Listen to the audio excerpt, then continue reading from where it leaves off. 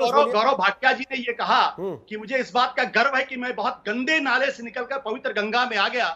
मैं इनको याद दिलाना चाहता हूं, इनके पिताजी आजीवन उसी गंदे नाले में थे, ये शायद भूल गए इस बारे में। तो जब आप अपने बदल दी मत लाइए, वरना अभी आपके पूरे काशीराम का थप्पड़ पड़ेगा, मुंह पे सही हो जाएंगे, समझे आशुतोष? काशीराम का थप्पड़ दोनों गालों पे पड़ेगा, सही हो जाएंगे। My point is that Ashok Gehlot is past. Sachin Tendulkar is present. Sachin Tendulkar is the future. So if you invest in Sachin Tendulkar, probably you are secure in the coming 20-30 years. Ashutosh, I'm sure you're trying to draw an analogy of Sachin Tendulkar in terms of Sachin pilot there. I'm sorry.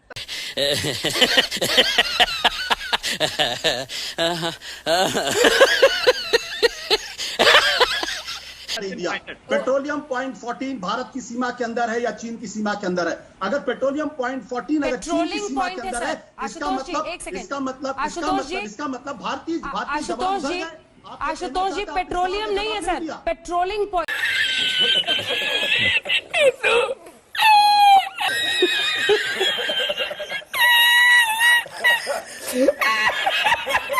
The problem, Navika, with Ashutosh is that he knows even less than Jon Snow. And as you know, Jon Snow knows nothing. You know, it is embarrassing for a scientist to teach him history, but I would have to do that. I think Anand Ranganathan is completely lost.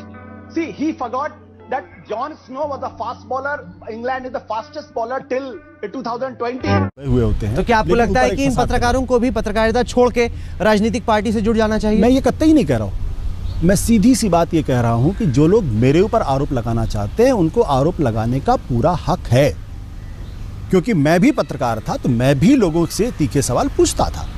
तीखे सवाल पूछना चाहिए, लेकिन ये भी सोचना चाहिए कि वो आरोप किस पे लगा रहे हैं। क्या आपको इस बात का एहसास है कि ये एक ऐसी लक्ष्मण रेखा है जो केवल एक बार पार की जा सकती है?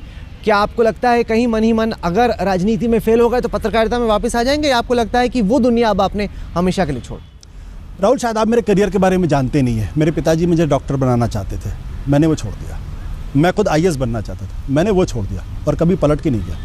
मैं उन लोगों में से हूँ जिन्होंने प्रीलिम्स पास किया था और मेंस की तैयारी करे, तो सडनली मैंने डिसाइड किया मैं मेंस नहीं दूंगा। मेरे बहुत सारे दोस्तों ने कहा तुम अपने पैरों में कुल्हाड़ी मार रहे हो।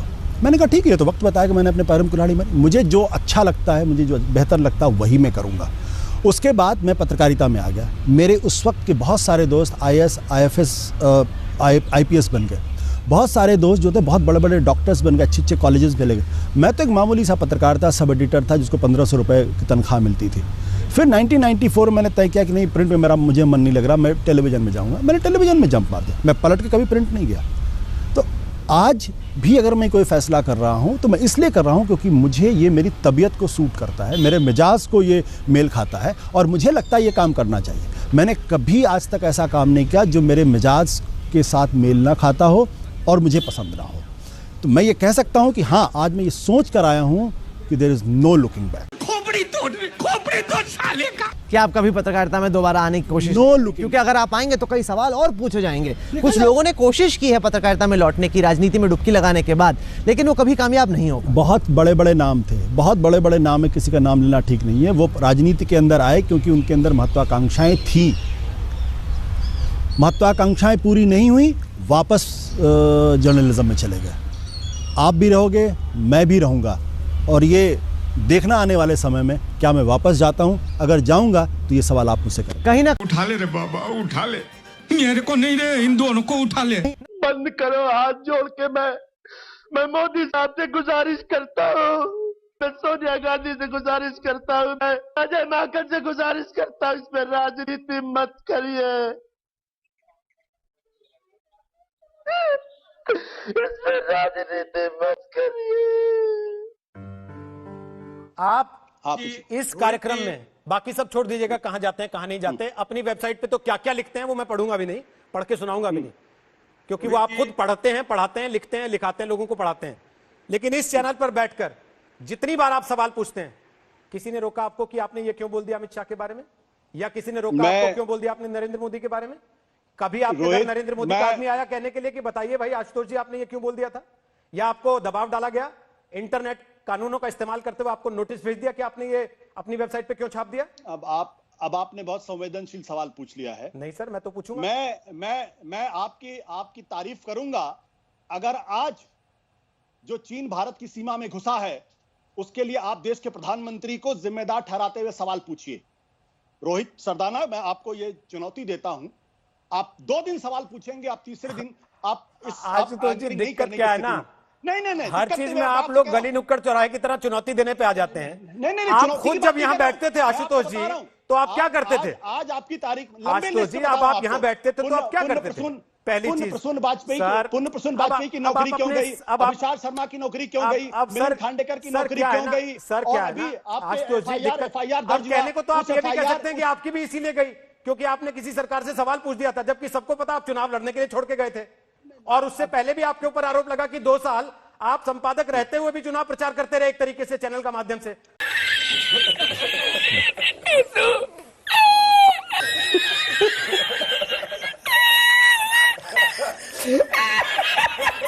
वो आरोप नहीं लगा ना आपके ऊपर कोई सार्वजनिक तौर पर, तो फिर आप ऐसे लोगों के कंधे क्यों इस्तेमाल कर रहे हैं सर? उनको आप शहीद बना के क्यों पेश करना चाहते हैं? वही तो मैं आपसे कह रहा हूं, क्योंकि चर्चा उनकी नहीं हो रही है कि इनकी नौकरी क्यों गई थी। चर्चा इस बात पे हो रही है आशुतोष जी कि क्या 4 जज प्रेस कॉन्फ्रेंस कर लेंगे, वहां पर 200 माइक लगे होंगे, 20 चैनल लाइव टेलीकास्ट कर रहे होंगे, अगले दिन 100 अखबारों में हेडलाइन छपेगी, फिर भी आप कहेंगे कि साहब अभिव्यक्ति की आजादी नहीं है, देखो बेचारों को बोलने नहीं दिया जा रहा, और फिर जनता मान लेगी। ये आपने बिल्कुल यही इस देश को समझने की जरूरत है आज की तारीख में कि जो काम मिसेस गांधी ने इमरजेंसी लगाकर किया, आज उसी काम को दूसरे तरीके से देश के अंदर किया जा रहा है। अन्यथा यह संभव ही नहीं है कि एक पत्रकार अगर कोई लिख दे, आज उत्तर प्रदेश के अंदर लिख दे, दिल्ली के अंदर लिख दे, उसके खिलाफ सेडिशन के चार्जेस लग जाते हैं। न केवल सेडिशन के चार्जेस लगते हैं बल्कि उसके उस मामले में देश का सॉलिसिटर जनरल अपीयर करता है। क्यों देश का सॉलिसिटर जनरल अपीयर करता है? क्यों बड़े-बड़े पत्रकार, बड़े-बड़े संपादक आज कर सकते हैं? और मैं आपने संजय झा का जिक्र किया है, मैं आपको बताना चाहता हूं कि संजय जोशी का नाम आप भूल गए। मैं आपका प्रशंसक रहा हूं, आप भूल गए और आज भी हूं। संजय जोशी ये बात कहना नहीं चाहता था। आप सेडिशन के चार्ज की बात कर रहे हैं। आप वो आदमी है जिसको थप्पड़ मार दिया था एक नेता ने सर, वो आदमी है आप कह रहे हैं कि उस समय आजादी थी, आज आजादी नहीं है। लेकिन यह भी मैं आपको बता दूं, काशीराम ने उसके बाद मुझसे मिलकर माफी भी मांगी थी। ऐसी यह भी सच्चाई है इस देश की, यह भी इस देश की सच्चाई है। काशीराम ने उसके बाद मुझे गले लगाया और कहा कि मैं व्यक्तिगत तौर पे मेरा आपसे कोई नहीं, मुझसे गलती हो गई। यह बात भी सच्चाई है। उस वक्त क्या बात है भाई, क्या बात है, क्या बात है, क्या बात है,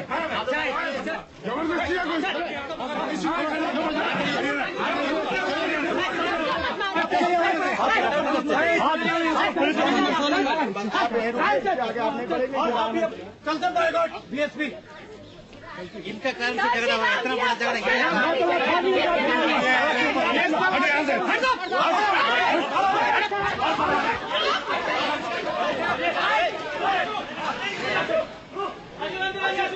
काशीराम ने हाथ चलाया, चलाया उन्होंने, पहले हाथ चलाया काशीराम ने खुद मारा है। काशीराम